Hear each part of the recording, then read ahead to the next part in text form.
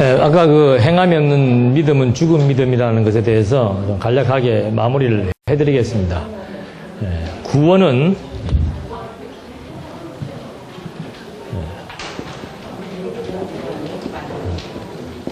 구원은 믿음으로 얻지요. 근데 이 믿음은 작정된 자는 다 믿게 되어 있습니다. 그러니까 제일 중요한 것이 작정이죠. 근데 이 믿음의 성질은 뭔가? 믿음의 성질은 반드시 행위를 동반합니다. 그걸 우리는 믿음의 행위라고 말하죠. 이 원리를 지금 야고보가 말하는 것이지, 행위의 어떤 기준, 잣대를 정해놓고 그 항목에 의해서 당신은 믿음이 있다, 없다, 더 나아가서 구원을 받을 수 있다, 없다를 말하려고 하는 게 아니에요. 믿음의 성질은 뭔가? 반드시 믿음의 행위가 나타나게 돼 있다는 거죠.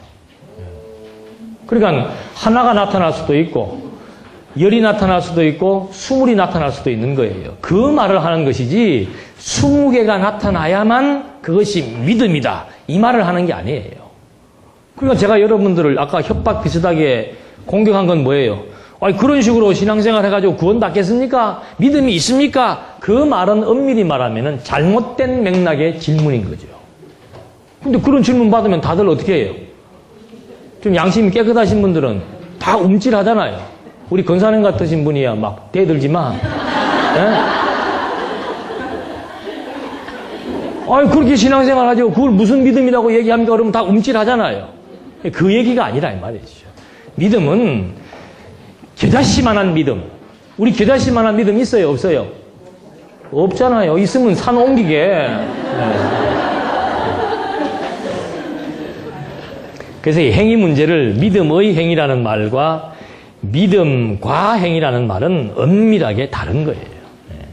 아까 그런 식의 질문은 믿음과 행위라는 맥락에서 하는 질문이고, 야고보가 하는 말은 믿음의 행위, 믿음의 성질은 뭔가? 반드시 행위로 드러난다라고 하는 그걸 말해주는 것이지.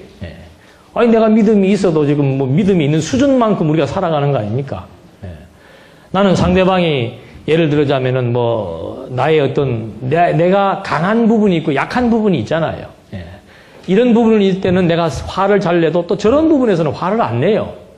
그런 것처럼 그 수준이 다양하다는 사실, 그런 맥락 속에서 저런 얘기가 나오는 거니까 앞으로 어느 누가 저런 거 갖고 협박을 하더라도 점잖게 앉으셔가지고 저런 식의 이론을 전개해 주면은 아마 차질이 없을 겁니다. 그래서 이 구원의 확신이라고 하는 것은 바울이 얘기하잖아요. 믿기로 작정된 자는 어떻게 해요? 다 믿더라. 우리가 말씀이 들려서 깨달아진다는 것 자체는 이거는 성령의 역사가 아니면 불가능한 겁니다. 귀 있는 자는 들을지어다. 성령이 너희에게 말씀하시는 것을 귀 있는 자는 들을지어다. 아무에게나 말씀이 들리는 게 아니죠. 근데 지금은 들렸다가 뭐 예를 들자면은 뭐 어저께는 안 들리고 오늘은 들리고, 그것도 믿음의 분량에 따르는 하나의 작용에 불과한 것이지. 아니, 말씀 안 들리면 하나님께서 뭐 하게 하려고 말씀 안 들리게 하는 거예요? 고산하게 시험을 하신다, 이렇게 해야 돼요. 그렇다고 어떤 의미에서는 믿음을 키워나가시는 하나의 뭐예요? 방법이에요. 그런 거 갖고 막 구원의 문제에 대해서 얼마나 한국교회가 구원관이 약하면은 구원파라는 게 다 생깁니까? 안 그래요? 얼마나 한국교회가 구원의 확신이 없으면은 타이틀이 구원파예요, 구원파. 구원파 신자들이 어떻게 접근한다 그랬어요? 구원 받았습니까? 딱 물어요. 언제 받았습니까? 막 이렇게 물어요. 생일도 잘 모르는데. 언제 받았습니까? 물으면 또 맨날 몇 시까지 따지고 묻고, 그러다가 또박또박 대답하면은 당신 11조 냅니까? 뭐 합니까? 뭐 합니까? 물으면 이제 걸리는 거 있잖아요. 그러면 뭐 행함이 없는 믿음은 무조건 2단이니 3단이니 할 게 아니고, 그런 이론들이 무엇이 부실해서 나왔으며 어디가 잘못되었으며 어떻게 되는 것인 것을 정확히 판단할 수 있는 것, 이것이 우리 강남노예 예전대 인합회가 가져야 될 신학의 현주소지요. 그 다음에 교회관입니다. 교회관 역시도 일반 그 자유주의 신학자들의 교회관은 그냥 말 그대로 공동체 생활 자체에 관심을 갖습니다. 공동체 생활. 이 모임 자체에 모여있는 우리가 무엇을 하면서 살 건가, 우리끼리의 삶 자체에만 관심을 가지는 거죠. 공동체의 삶 자체에 관심을 가지는 겁니다. 그러나 우리는 그게 아니에요. 교회를 통해서, 교회도 누가 한번 설명해 보세요, 이거. 언약과 성취에. 최민자 권사님.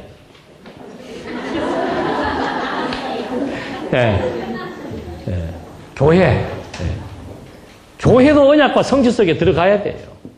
교회도. 들어가죠? 어떻게 들어가요? 거시기하게 들어가죠? 이게 안 들어가니까 보이는 건 뭐만 보여요? 우리만 보이잖아요. 그럼 어떻게 해야 우리끼리 즐겁게 재밌게 살 것인가? 그래서 밥도 퍼날라주고, 노숙자한테 밥도 먹여주고, 뭐 환자한테 가서 뭐 병 간호도 하고 그런 쪽으로만 관심이 쏠리게 된다는 거죠. 근데 교회가 벌써 언제부터 언약된 겁니까? 무조건 또 창세전이네. 창세전 그리스도 안에서 한 몸 된 것이 바로 뭐예요? 그게 교회예요, 교회. 이게 신령한 영원한 교회란 말입니다. 이 교회를 우리에게 계시해 주려고 하나님께서 아담을 창조하시고 아담에게서 누구를 만든 거예요? 하와를 만든 거예요. 여자는 어디에서 나온 거예요? 남자에게서 나온 거예요. 그러니까 남자와 여자가 사실은 뭐예요? 한 몸이란 말은 하나의 영이에요. 하나의 영. 하나님께서 생기를 누구에게 불어넣었습니까? 아담에게 불어넣은 거예요. 그 아담이 생명체잖아요. 여기에서 이와를 하와를 만드신 거라 그 말입니다. 그러니까 한 몸이죠, 한 몸. 이게 무엇에 대한 계시입니까? 교회에 대한 계시며 교회에 대한 언약이에요.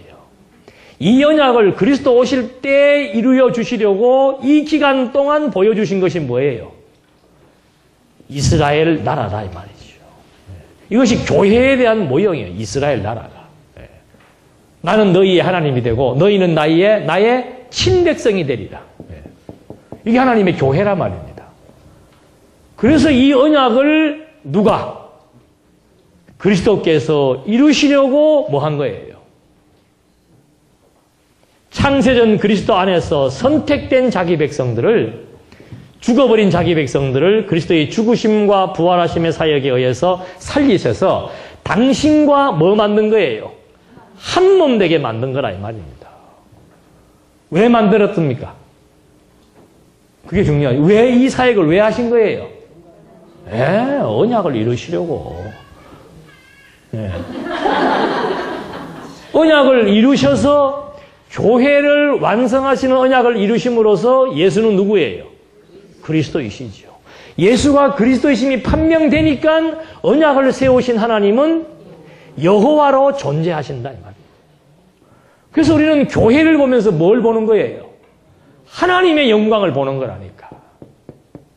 교회를 보면서 우리끼리 뭘 어떻게 하면 살 건가를 보는 게 아니고 교회를 보면서 하나님의 영광을 보는 거예요. 이것이 계시다 이 말이죠.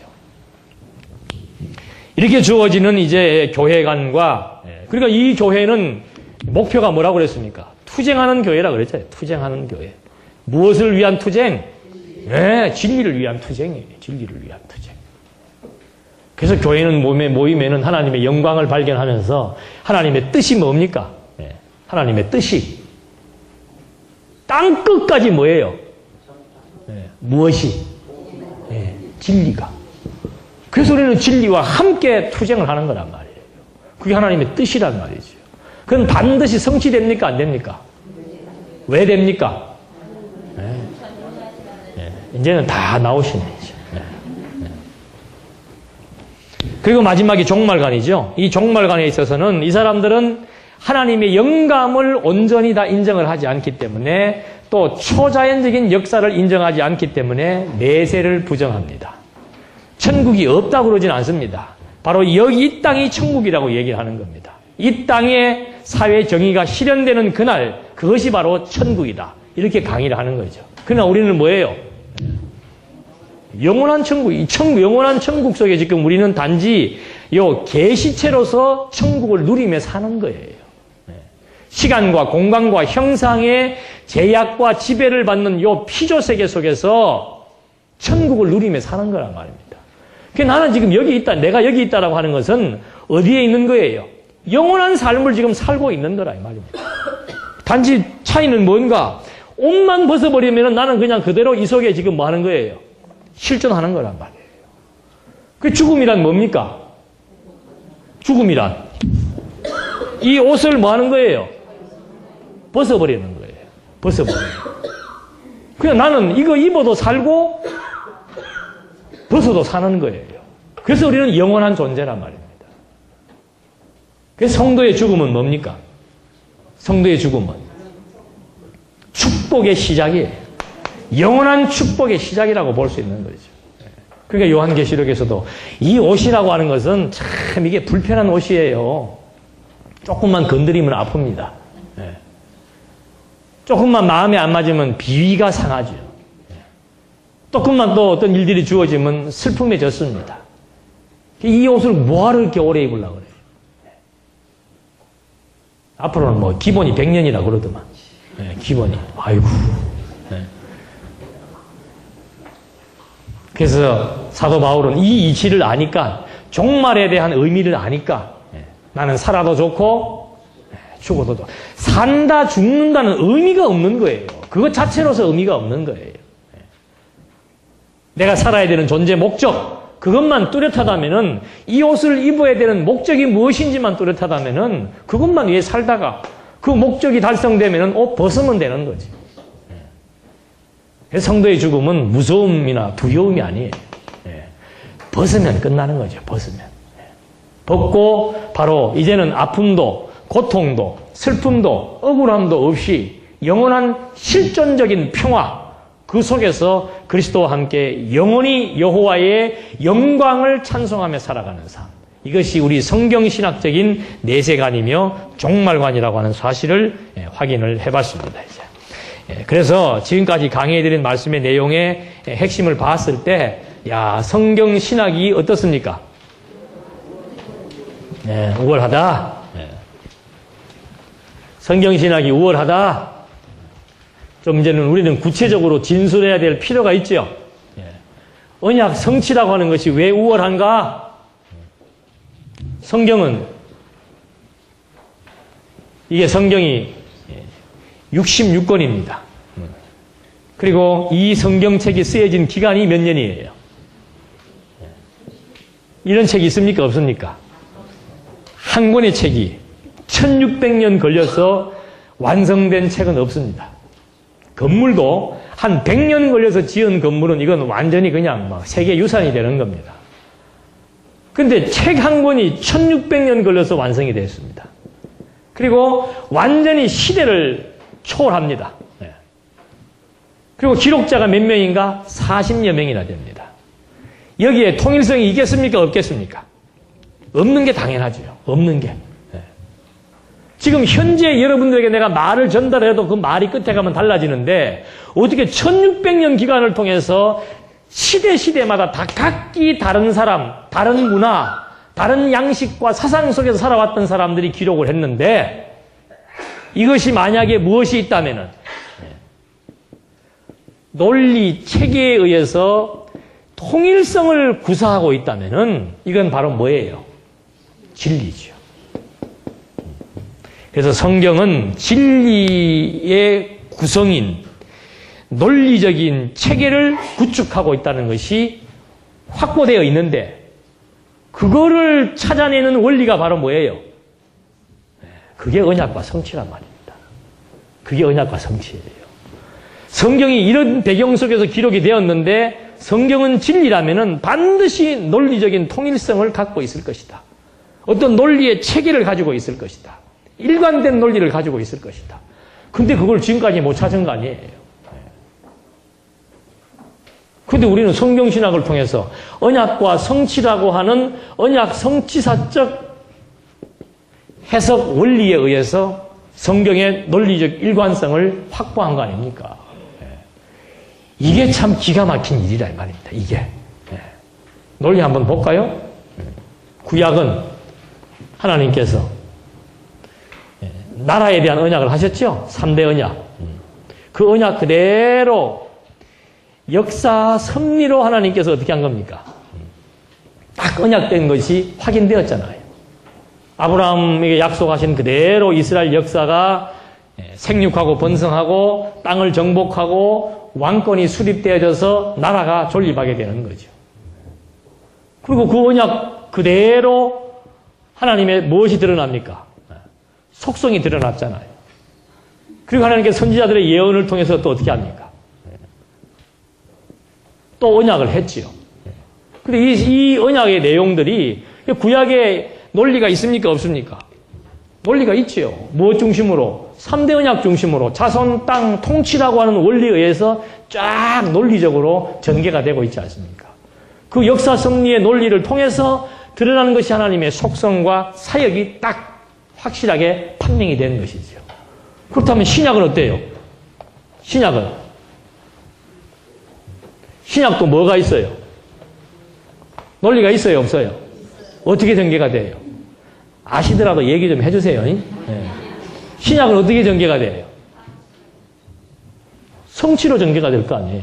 여기는 언약으로 전개가 되었으니까. 섭리로 언약하고 속성으로 언약하고 예언으로 언약했습니다. 무엇을?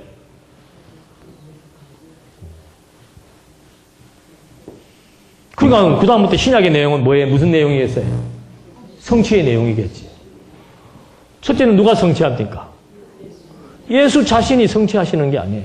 그게 사복음서 아니에요. 사복음서. 어떻게 성취합니까? 구체적으로.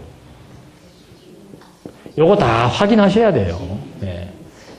인터넷 보실 줄 아시는 분들은 사복음서의 통일성 제가 청년부에서 4시간 강의했습니다. 요거 들으십시오. 그 내용은 딴 거 아니에요. 진짜로 직임인지 신분인지 사역인지 본성인지를 확인하는 통로를 말씀드린 거예요. 우리는 강의 들을 때 마태복음은 뭐예요? 직임. 마가복음은 신분. 누가복음은 그거는 다 알죠. 다 알면은 그거 사실인지 아닌지 뭐 해봐야 돼요? 확인해봤어요? 그게 안 되면 힘이 없단 말입니다. 그게 안 되면은. 그러니까 강의하면 좋은 거예요. 마태복음은 직임이라니까.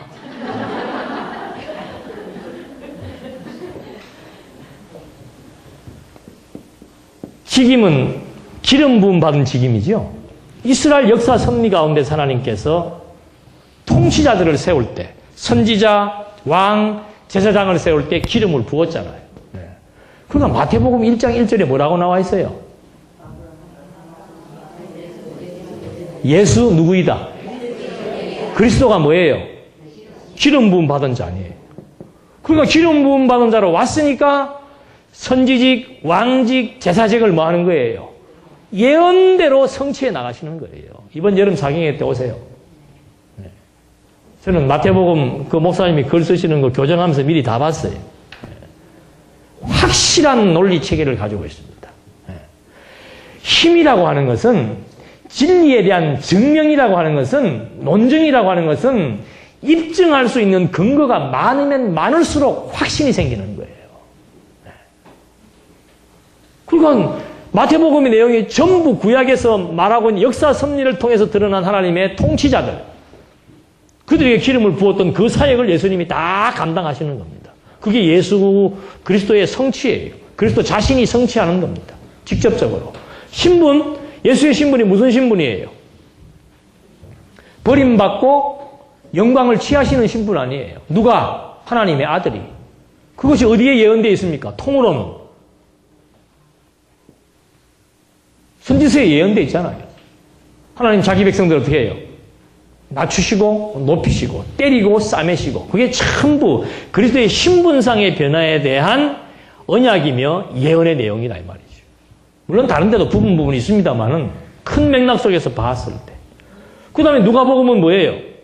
사역이에요. 무슨 사역이에요? 구속사역을 통해서 하나님의 나라를 완성하는 거 아니에요. 이스라엘의 섭리로 언약된 내용이 뭡니까? 하나님께서 나라를 언약해 주시더니 언약대로 나라를 뭐 해 주시는 거예요? 세워주시는 거 아니에요. 그 나라는 바로 무슨 나라입니까? 그리스도로 말미암아 완성하실 하나님 나라에 대한 뭐예요? 언약 아니에요. 본성은 뭐예요? 본성은 그리스도의 속성 아니에요. 그리스도의 속성. 하나님의 본성, 5대 속성. 그 그리스도께서 아버지께로 왔다가 가시는 과정을 통해서 나는 하나님과 똑같은 신성을 지니신 하나님의 아들이심을 증거해 주는 거. 전부 구약의 무엇을? 언약을 예수께서 성취하시는 내용이 사복음서의 내용이에요. 자, 끝났죠? 이게 논리가 있습니까? 없습니까? 이게 교회의 기초란 말입니다. 교회의 기초. 그러니까 구약은 자손, 땅, 통치라고 하는 원리로 논리가 전개된다면은 신약은 교회가 뭐예요? 교회가. 자손, 땅, 통치가 뭐예요? 신약의 교회에 대한 약속 아니에요.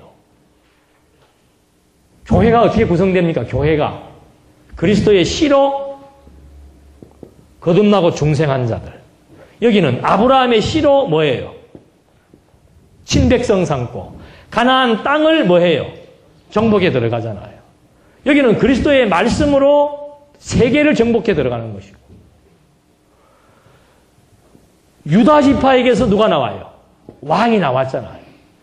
그래서 나라를 다스려 나가는 거 아닙니까? 여기는 만왕의 왕이신 그리스도가 통치자가 되어서 하나님의 나라인 교회를 뭐 해나가는 거예요? 다스려 나가는 거예요. 교회의 구성 요소는 뭔가? 나라의 구성 요소와 교회의 구성 요소가 똑같은 거예요. 이스라엘 나라의 구성 요소는 교회 구성에 대한 모형이고 그 모형이 실체로 그리스도로 말미암아 이제는 그리스도의 씨로 거듭나고 중생한 국민들, 그리스도의 말씀으로 정복해 나가는 영토, 국토, 그리스도의 통치로 말미암아 다스림을 받는 국권, 이거에 의해서 완성된 하나님의 나라가 바로 교회라 이 말입니다. 그래서 신약은 교회론 중심으로 논리가 전개되는 거예요. 구약은 자손, 땅, 통치라고 하는 것을 중심으로 전개된다면은 신약은 실체이기 때문에 교회를 중심으로 논리가 전개되는 거예요. 그래서 사복음서의 내용이 교회의 예수가 직접 성취하심으로 말미암아 교회의 기초를 닦은 겁니다. 그 다음에는 누가 성취하는 겁니까? 예수님이 가셨으니까 약속대로 성령이 왔잖아요. 그래서 보혜사 성령이 성취하는 내용이에요. 그 다음의 내용들이. 그래서 성령이 오셔서 약속대로 뭘 세웁니까? 지상에 교회를 설립을 하잖아요. 기초 위에다가 교회를 설립하잖아요. 설립된 교회를 어떻게 해요? 잘 먹여서 양육시킵니다. 이제 그건 다 아시네. 양육된 다음에 뭐 하는 거예요? 무장시켜서. 왜? 투쟁하게 하시려고. 최종적으로 하나님의 나라가 완성될 때까지 승리하게 하시려고 하나님께서 신약의 논리를 전개해 나가시는 거예요. 이게 신약의 논리 체계입니다. 창세기부터 계시록까지가 구약은 모형이고 신약은 실체이며 구약은 언약이고 신약은 실체로서 일관된 논리적 통일성을 지금 확보하고 있다는 거죠. 무엇이? 성경이.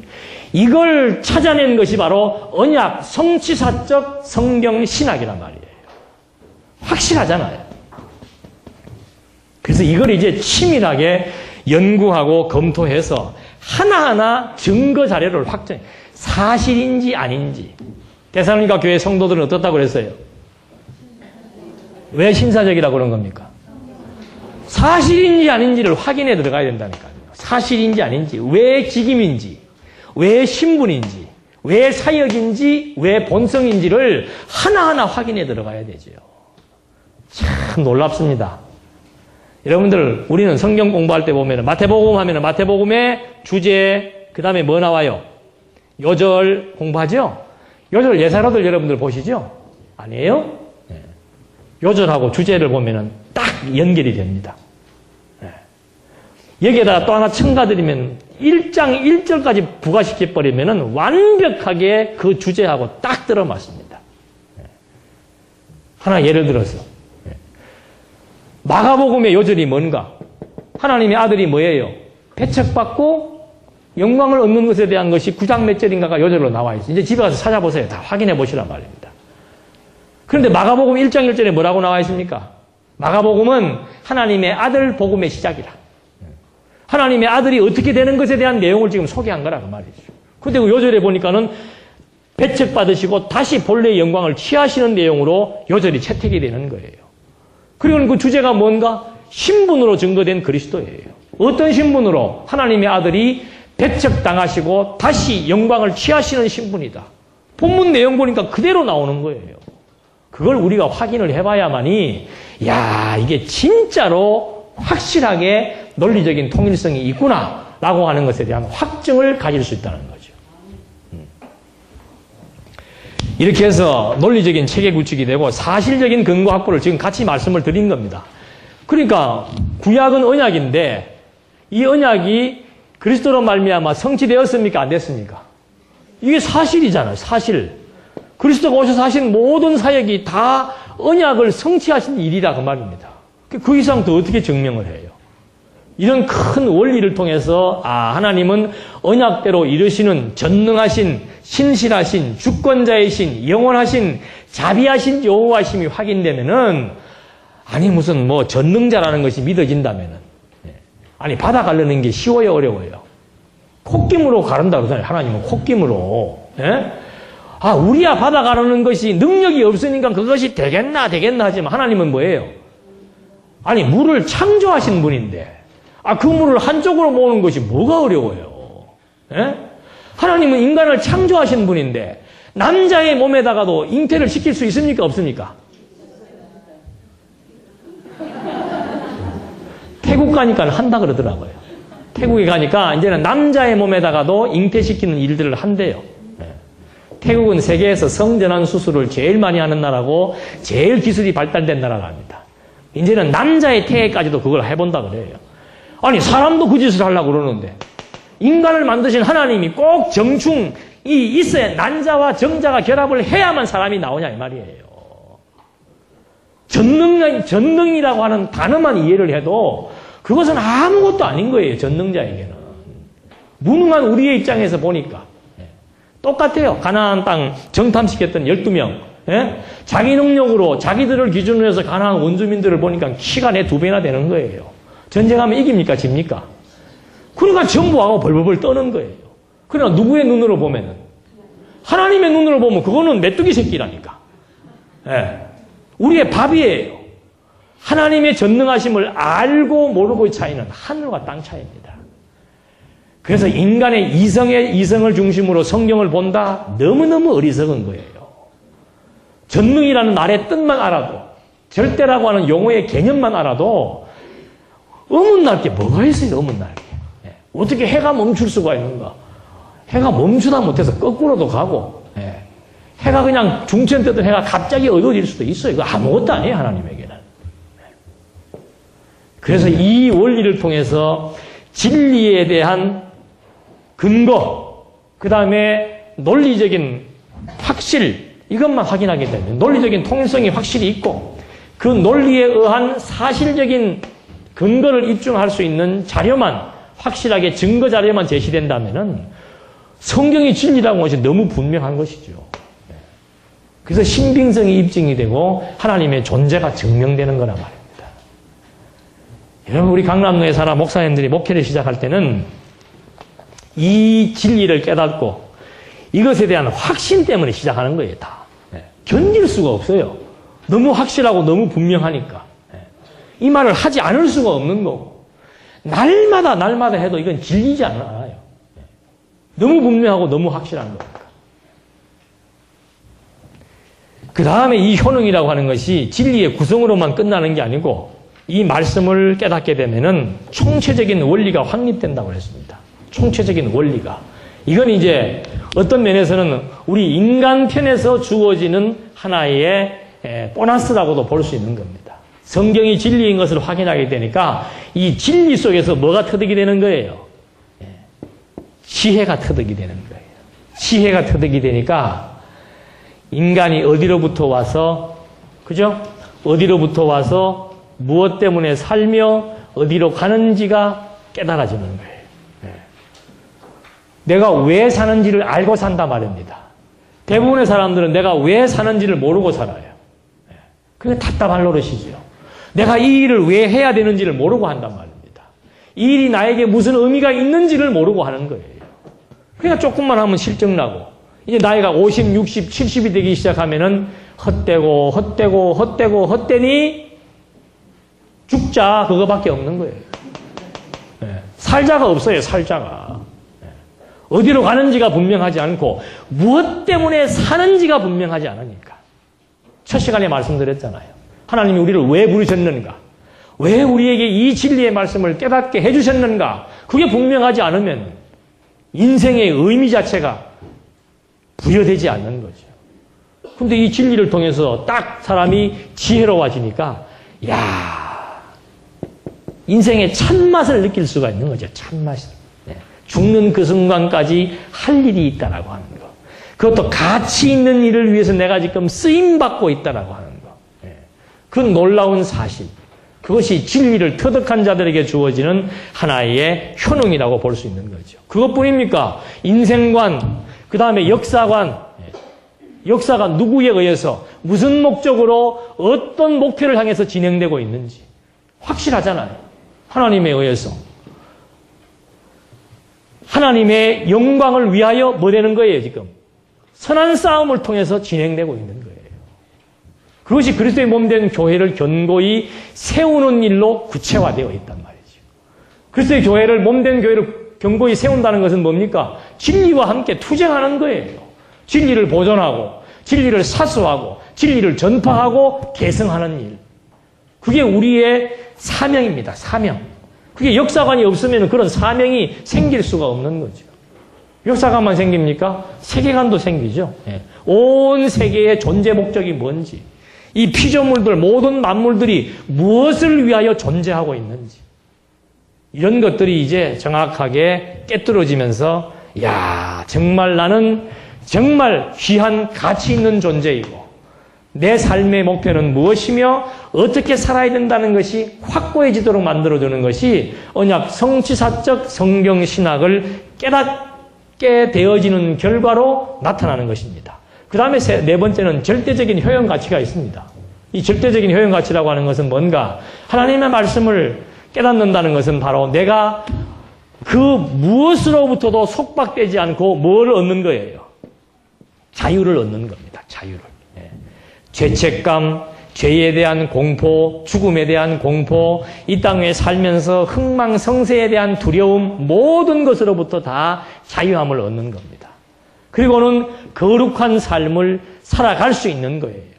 거룩한 삶이 뭐예요? 거룩한 삶이. 찬송하며 기뻐하며 사는 게 거룩한 삶 아니에요. 찬송과 기쁨은 자유자들만이 할 수 있는 겁니다. 내가 지금 막 돈에 지금 막 구속받고 있고, 환경의 지배를 받고 있고, 마음이 억눌려 있고, 어두운 상태에 있는 사람이 무슨 찬송이 나오고 기쁨이 나옵니까? 그러나 하나님의 말씀을 통해서 지혜가 터득되니까 가난이 나를 억박할 수가 없습니다. 가난이 나를 속박할 수가 없습니다. 가난이 나를 우울하게 할 수가 없어요. 질병이 나를 우울하게 할 수 없습니다. 이 피조세계의 어떤 것도 나를 우울하게, 근심하게, 염려하게 만들지 못한단 말이죠. 그게 진리로 말미암아 지혜를 터득한 자들만이 누릴 수 있는 자유와 평강이라는 거죠. 그것이 주어지니까는 정말 불같은 시련 가운데서도 찬송이 나오고 기쁨이 넘치는 그런 아름답고 거룩한 삶이 누구에게 주어지는가? 말씀을 터득하고 깨달은 자들에게 주어지는 믿음의 삶이라는 거죠. 그리고는 마지막에 최종적으로 뭐예요? 영원한 삶이 우리에게 보장되어 있다라고 하는 사실. 이게 언약 성취사적 성경신학을 통해서라야만이 확고하게 깨달아질 수 있는 그런 지식의 내용이라는 사실을 우리가 안다면은 이것 이상 가치로운 게 어디가 있습니까? 이거 이상. 그러니까 사도 바울이 그냥 모든 만물을 다 찍기처럼 여기고 가장 고상한 지식은 바로 뭐다? 예수가 그리스도이심을 아는 지식. 그것이 가장 고상한 지식이다. 이 정도로 이제 여전도연합회의 신학이 정립이 되면은 그 다음에는 이제 기능은 쉽지요. 기능. 여전도연합회의 기능은 뭔가? 그리스도의 몸 세우는 겁니다. 그리스도의 몸 세우는 거. 교회를 견고히 세워나가는 것이죠.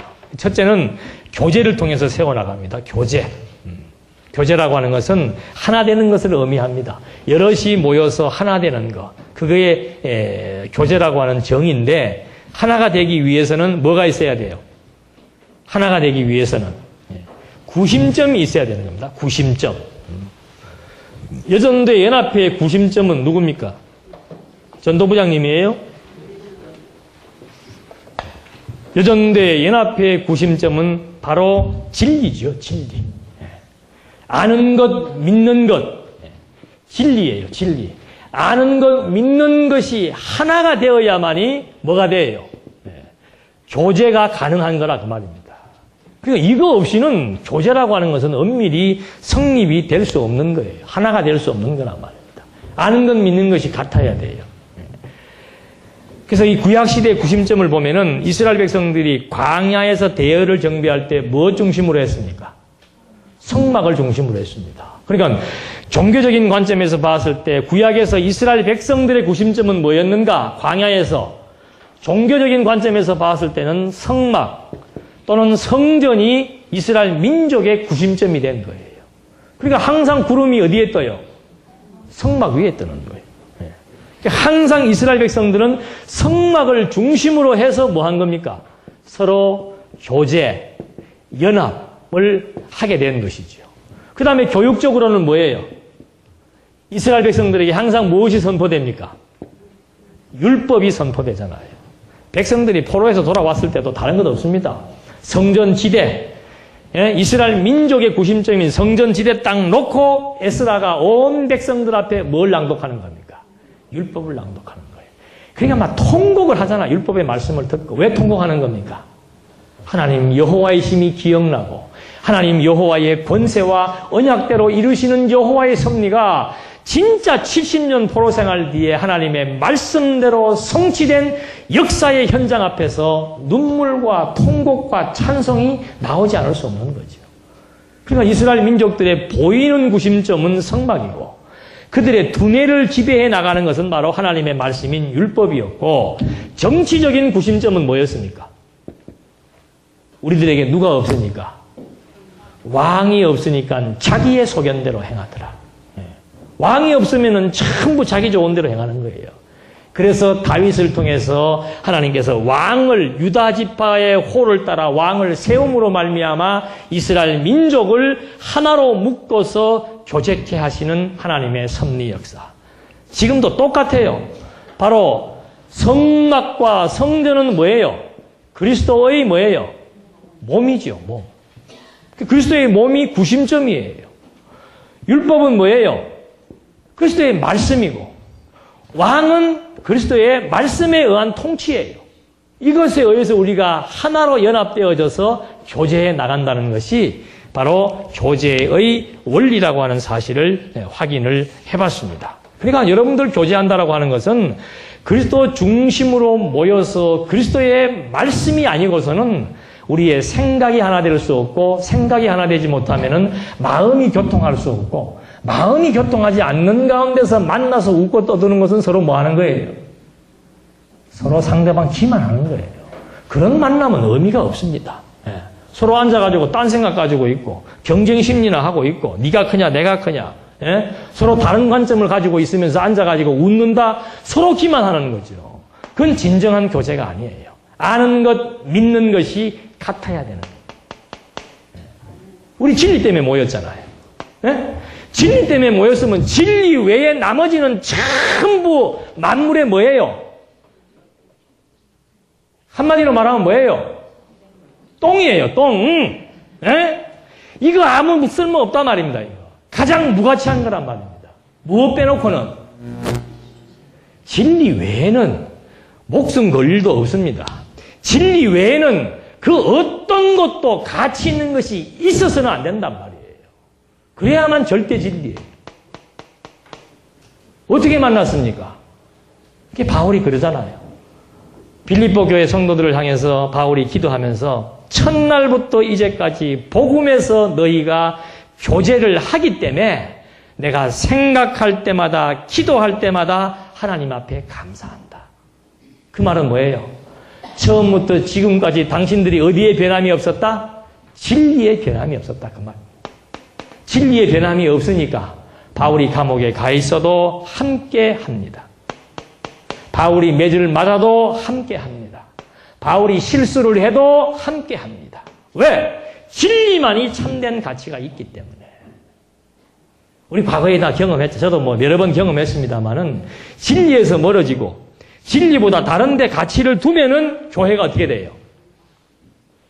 시끄럽고 깨지는 거예요. 딴 거 없어요. 예. 교회 깨지는데 진리 때문에 깨진 강남노예는 없습니다. 전부 구질구질한 것들, 지저분한 것들, 해도 그만 안 해도 그만한 것들, 자기도 그렇고 나도 그런 것들. 아니 틀어서 먼지 안 나는 사람 어디 갔어요? 다 50보 100보지. 개 묻은 개가 뭐 묻은 게 나무랜다고. 진리에서 멀어지니까 그 다음에는 쓰잘데없는 것에 관심과 가치를 두게 되는 거예요. 그러니까 거기에서 분쟁이 생기는 거예요. 분쟁이 생기니까 분열하는 거고. 진리를 시작해서 만났으면은 언제까지? 진짜로요? 예? 우리 여기 오신 분만 죽을 때까지 같이 가도 엄청난 힘이에요. 이분만 있어도 예수님도 몇 명 데리고 이랬어요. 12명에서 하나 돌아가고 성령 받기 전에는 또 다 돌아갔잖아. 예. 이 정도 인원이라면은 세계를 뒤집는 일도 뭐 할 수 있어요? 할 수 있어요. 예. 뭐 사람 많이 끌어모으는 게 중요한 게 아니에요. 아는 것, 믿는 것 같은 사람들이 모이는 게 중요한 것이지 뭘 그렇게 구질구질한 생각들이 많아. 아, 이러면 어떻고 저러면 어때요? 이럴 수도 있고 저럴 수도 있는 것이지. 주의 뜻이면 이럴 수도 있고 저럴 수도 있는 것이지. 한 가지만 빼놓고 나머지는 목숨 걸 이유가 없는 거예요. 우리 변하지 마십시다. 죽는 순간까지 이것과 함께 하는 거예요. 가난해도, 무시당해도, 핍박당해도, 누가 모욕을 주어도 진리와 함께 한다라고. 이것이 교회에 대한 진정한 의미지요. 이렇게 모여서 무슨 일을 하려고 하는가? 이렇게 모여서, 그게 모여서 하는 일이 뭐예요? 예수님께서.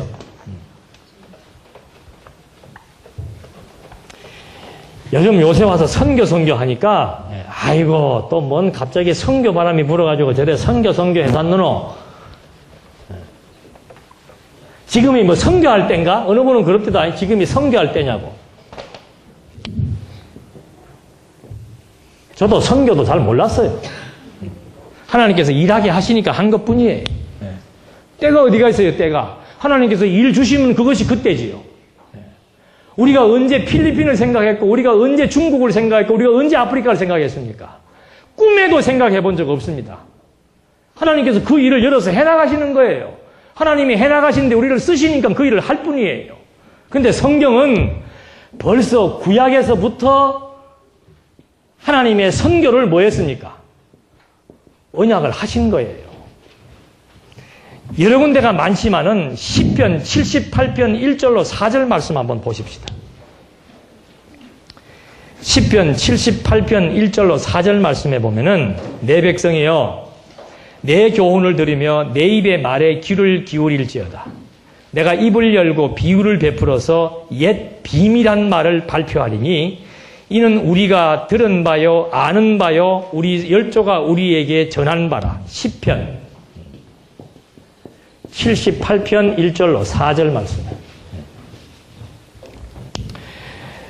옛날에 그 비밀한 말들을 지금 발표하겠다 그 말입니다. 그 비밀한 말이 뭐예요? 비밀한 말이 하나님의 언약의 내용이에요. 그걸 지금 내가 뭐 하겠다? 발표하겠다. 선포하겠다 그 말입니다. 그 옛 비밀한 것을 지금 발표하고 선포할 것인데 그 내용은 우리가 이미 다 뭐예요? 들은 바요, 아는 바요, 우리 열조가 우리에게 뭐 한 바라? 전한 바라. 들은 바, 아는 바, 그리고 열조가 우리에게 뭐 한 거예요? 전한 바예요. 전하는 게 전도요, 선교예요. 그거 전한 바예요. 우리가 이를 그 자손에게 뭐 하지 아니하고 하나님의 말씀을 숨겨야 돼요? 선포해야 돼요? 이 옛 비밀한 하나님의 언약을 우리는 이미 듣고 알고 전했던 바였는데 이 비밀을 우리는 숨기지 아니하고 누구에게? 우리 자손들에게 숨기지 아니하고 여호와의 영예와 그 능력과 기이한 사적을 후대에 뭐하리라라. 그게 전도요, 선교 아니에요. 우리는 그동안 열심히 전파하기 위한 준비 과정을 겪은 것이었습니다. 그러니까 일선에서 일한 은사가 다 달라요. 지난번에 필리핀에서 오신 그 최 목사님도 우리하고 은사가 달라요. 그분은 완전히 바람개비입니다. 나가서 그냥 칼치고 나가가지고 그 적지 사람 모양으로 사는 데가 아니에요, 여러분. 여러분들 거기 가라면 저부터도 못 가요. 근데 그 갈 수 있는 것은 뭔가? 그게 하나님이 주신 은사예요. 사명이에요. 완전히 죽을 고생하고 가는 겁니다. 저부터도 마찬가지예요. 어디 목회지 가라 그러면은 얼만고? 사는 것은 보장이 되는가? 따지지요. 그러니까 여기 놔두는 거예요. 그런 거 안 따지시는 분은 어디 보내는가? 선교지로 보내는 거예요. 다 개척해놓습니다. 그럼 우리는 그동안 뭐 하는가? 거기에 나가서 필요한 실탄을 준비시키기 위해서 20년, 30년 동안 이 듣고 알고 전해서 주어진 진리의 말씀을 열심히 내용을 갈고 닦도록 하나님이 준비시켜 놓으신 거였다 그 말입니다. 그러시는데 예수님도 보십시오. 그리스도의 사역의 첫 출발이 뭐였습니까? 예수님이 30년 동안의 기간을 마치고 첫 포문을 열면서 하신 첫 말씀이 뭐예요? 천국 복음을 뭐 한 겁니까? 전파하신 거예요. 왜? 구약에서 천국 복음에 대해서 뭐 해놓았기 때문에? 아담에게 언약했기 때문에. 열조 아브라함과 이삭과 야곱에게 언약했기 때문에. 여러분 예수님이 와가지고 다른 말도 할 수 있잖아요. 다른 내용의 말씀을 전할 수가 있잖아요. 오시자마자 야 나랑 같이 가자. 이 동네 가서 그냥 아무 말도 안 하고 병도 먼저 고칠 수가 있고 밥부터 먼저 먹을 수도 있고 영화의 첫 출발이 다양한 장르로 나타날 수가 있잖아요. 그런데 왜 예수님께서 딱 공생의 시작의 첫 출발점에서 회개하라 천국이 가까이 왔느니라. 왜 천국 복음을 선포하냐 이 말입니다. 구약에 언약되어 있기 때문에 그래요. 천국에 대한 언약이 아담과 아브라함을 통해서 이미 다 언약되어 있기 때문에 그 언약을 이루시기 위해서 예수님께서도 천국 복음을 전파하시는 사역의 첫 출발로 삼은 거라 그 말이죠. 그래서 3년 동안 공생의 기간 다 마쳤잖아요. 마치고 마지막 마무리 각 복음서 마태, 마가, 누가, 요한, 사복음서의 끝부분에 전부 거기 도표에 나와 있죠. 마태복음에는 뭐라고 나와 있습니까? 내가 너희에게 분부한 모든 것을 가르쳐 지키게 하라.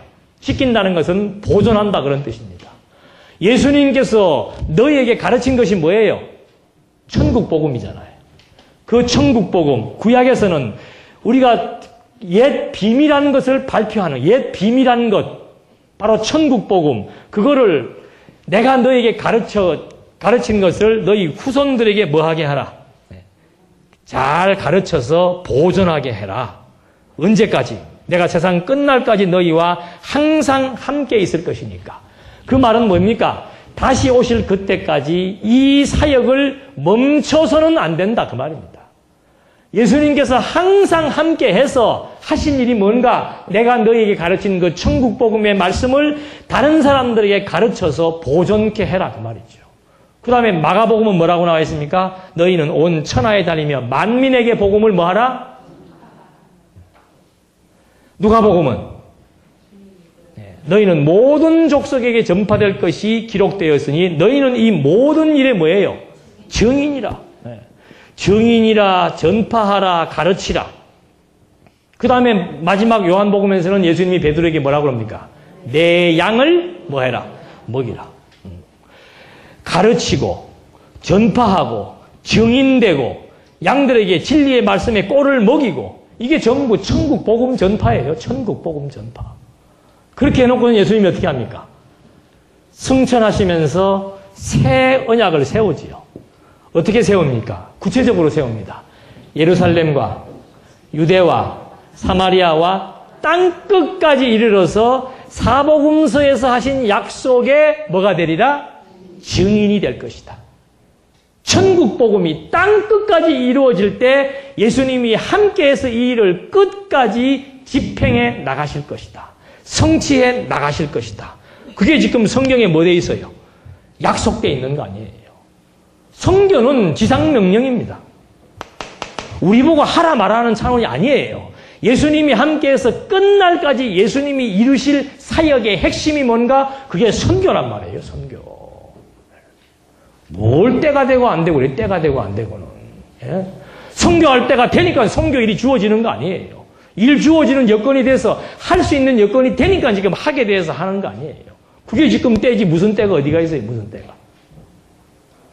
예수님의 마지막 분부가 이건데 각복음서의 분부가 이것이고 사도행전에 나와서 세우신 새 언약의 내용이 저 내용인데 저렇게 해서 땅끝까지 복음이 전파되는 그 성경적인 천국에 대한 근거, 천국 복음 전파에 대한 성경적인 근거를 지금 우리가 확인을 해본 거죠. 지금 우리가 어디에 있는 거예요? 21세기 이 시점에 있는 거예요. 제가 지금 뭐 세계 지도는 자세히 못 그리겠습니다만은 여기 지금 뭐 아프리카 있고, 여기 중동 지역 있고, 여기 중앙아시아 있고, 이쪽에 북아메리카, 남아메리카 있고. 복음이 여기에서 지금 이렇게 건너와가지고 이 대한민국 땅으로 건너온 거 아니에요? 대한민국 땅에서 그 다음에는 어디로 올라갑니까? 중국으로. 남쪽으로는 동남아시아, 동북아시아, 중앙아시아 쪽으로 지금 복음이 막 확산되고 있잖아요. 정말 놀라운 일들이 지금 발생하고 있는 거예요. 우리는 꿈도 꾸지 않고 열심히 신앙생활, 지교회에서 열심히 옛 비밀을 발표한 복음 진리의 내용만 열심히 공부하고 살았단 말이에요. 그런데 하나님께서 미리 다 준비를 해놓으신 거예요. 이 약속을 성취하시기 위해서 다 준비를 해놓으신 거란 말입니다. 10년 전만 해도 저희들 이 일 못해요. 근데 하나님이 정해놓으신 그 때가 되니까 이 일을 할 수 있도록 하나님께서 섭리를 해오셨던 내용들이 너무도 분명하지 않습니까? 그래서 이 지금 선교의 구체적인 방법은 뭔가? 선교라고 하는 것은 구체적인 방법은 은사의 협력입니다. 은사의 협력. 각자 주어진 은사를 열심히 발휘해 나가는 겁니다. 집사는 집사로서의 일을, 여전도 회원들은 여전도의 회원으로서의 일을, 뭐 장로는 장로로서, 목사는 목사로서의 은사를 잘 발휘하면서 자기의 일에 전념할 때 그때 하나님의 이 선교 사역이 실체적으로 성취되고 완성되는 것을 확인해 볼 수 있는 거죠. 이 일을 하시려고 하나님께서 지금 어떻게 하는 겁니까? 교회를 통한 증거를 해나가는 겁니다. 선교를 교회를 통한 증거, 지교회의 성숙이 도모되도록 하나님께서 여전도회의 일익을 담당시켜 놓은 거란 말입니다. 제가 늘 그러잖아요. 초대교회 때도 그랬고 결정적인 일은 여자분들이 많이 하시더라고요. 초대교회 때도. 예수님 돌아가셨을 때도 끝까지 남아서 의리 지키는 사람은 여자들이지 남자놈들은 다 도망가대. 나도 남자지. 얼마나 교회를 10년씩 20년씩 섬기면서 이끌어온다는 것이 얼마나 힘들고 어려운 일이에요. 돈 10만 원 있으면 우리 애들 잘 먹일 수 있는데 집에 맛있는 반찬 먹을 수 있는데 그거 다 아껴서 연보해가지고 지금까지 교회 세워오는 거 아니에요. 박수 한번 치세요, 여러분.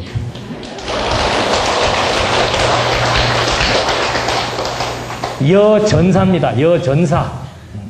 하나님이 그렇게 쓰신 거예요. 그냥 시장바구니나 들고 대충대충 밥이나 평생 하며 살라고 쓰신 것이 아니고 이 하나님의 절대 명령, 이 하나님의 선한 일, 이 일을 지금 우리들을 통해서 진짜 개인이 군단이에요. 조물조물 정말 먹을 것, 마실 것 아껴가면서 모았던 그 연보를 통해서 지교회가 보존될 수 있도록 진리가 가르치고 전승되는 일을 할 수 있도록 우리 여전도의 연합회 회원들을 하나님이 들어 쓰셔서 오늘의 지금 이 큰 일을 할 수 있는 초석이 되도록 섭리해 오신 하나님. 감사하잖아요. 안 쓰시면 어떡할 거예요? 이렇게 지금 교회를 통해서 준비를 해 오셨고 그 다음에는 미디어를 통한 증거입니다. 미디어라고 하는 것은 신문, 전자, 인터넷 이런 겁니다. 여러분 한국 크리스찬 신문 신문사 하나 이렇게 운영한다는 것이 쉬운 일이 아니에요. 말이 크리스찬 신문이지 그 신문은 주도적인 역할을 누가 합니까? 우리가 다 하는 거예요. 신문의 핵심적인 내용은 전부 성경신학으로 도배를 하고 있습니다. 우리 신문사 편집국장님도 와 계십니다만은 이게 보통 신문이 아니란 말입니다. 이제는 여기에 관심도 여러분들 가져야 돼요. 신문 나왔네? 그거 그냥 그렇게 보시면 안 된단 말입니다. 신문이 나올 수 있도록, 신문이 제대로 잘 유지될 수 있도록 그 일에 협력하는 것도 복음을 전파하는 선교사역의 일익을 담당하는 한 방법이란 말이에요. 그 다음에 강의를 통한 증거, 실제로 중국이나 동남아나 필리핀이나 아프리카나 가서 러시아도 그렇고요. 이제 다 문호가 개방되기 시작을 합니다. 가서 실제로 말을 통해서 증거하기도 하고 인터넷을 통해서 정말 전 세계를 향해서 말씀이 전파되는 역사가 나타나기도 하고 그 다음에는 출판을 통해서 지금 계속 진리의 말씀사를 통해서 계속해서 성경신학적인 내용들이 지금 하나하나 출판되고 있습니다. 이번 여름에도 벌써 13권째죠. 이제 몇 권만 더 쓰면은 신구약 성경 강론집이 완간됩니다. 이게 보통 작업이 아니에요. 아이고 책 나왔네. 얼마야? 뼈꼬리 거기 다 녹아 들어가 있는 거예요. 뼈꼬리. 책 한 권 쓴다는 것은 진액이 거기다 묻어나 있는 거란 말입니다. 그거 왜 하는가?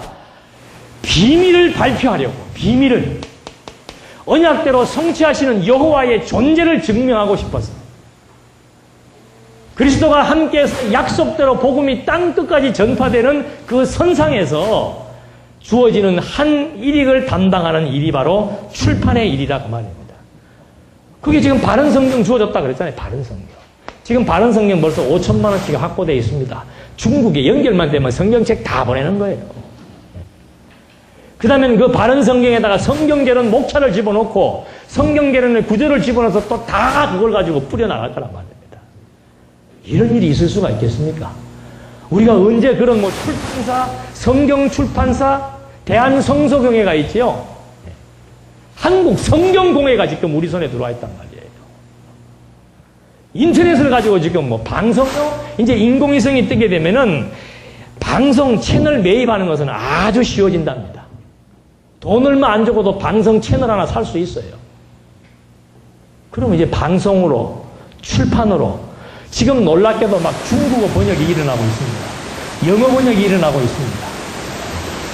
번역 작업이 막 되고 있는 거예요. 그러니까 이제 우리 신문도 이제 영어 신문이 또 나온다 그래요. 이런 시점에서 복음이 땅 끝까지 증거되고 전파되는 이런 시점에서 정말 태초에 말씀이 있었느니라. 그 말씀이 육신을 입고 이 땅에 오셔서 교회의 기초를 닦으시고 교회를 세우셔서 새 언약의 말씀대로 예루살렘, 유대, 사마리아 땅 끝까지 이르러서 이 복음이 전파되는 이 시점에 하나님은 오늘 우리를 강남로의 여전대 연합회 회원으로 부르셔서 바로 이 절체절명의 놀라운 역사 섭리의 한중간에 우리를 세워놓고 이 가치 있는 일을 우리 여전도 회원들의 기능을 통해서 복음에 협력해 하시는 하나님의 섭리 역사. 이 일을 위해서 하나님이 이미 창세전부터 계획하셨고 준비하신 일입니다. 이제는 우리가 이 일에 대한 진가를 깨닫고 정말 선한 일이 무엇인 줄 알고 선한 싸움을 싸우며 살다가 내게 주어진 육신의 생명을 마감하는 그날 정말 여호와 앞에 찬송 부르며 그리스도를 만날 수 있는 그 아름다운 시간을 기대해 보면서 여기 나와 있는 말씀 그대로입니다. 이미 작정되었은즉 주 만군의 여호와께서 온 세계 중에 끝까지 행하시리라. 기도하시겠습니다.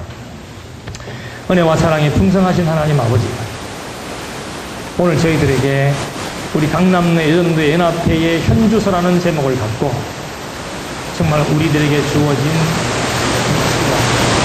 위치와 기능이 무엇인지를 확인해 보면서 정말 하나님 저희를 사랑하셔서 이 땅에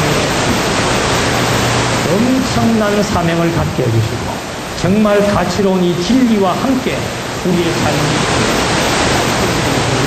다시 한번 감사드립니다. 보이는 세속적인 것 때문에 수용되는 참된 진가가 무엇인지 알고 하나님의 약속대로 복음이 땅 끝까지 전파되는 이 아름다운 선교 사역을 위해서 진리와 함께 땀 흘리고 진리와 함께 기뻐하며 살아갈 수 있도록 인도해 주시옵소서. 예수님의 이름으로 기도드립니다. 아멘.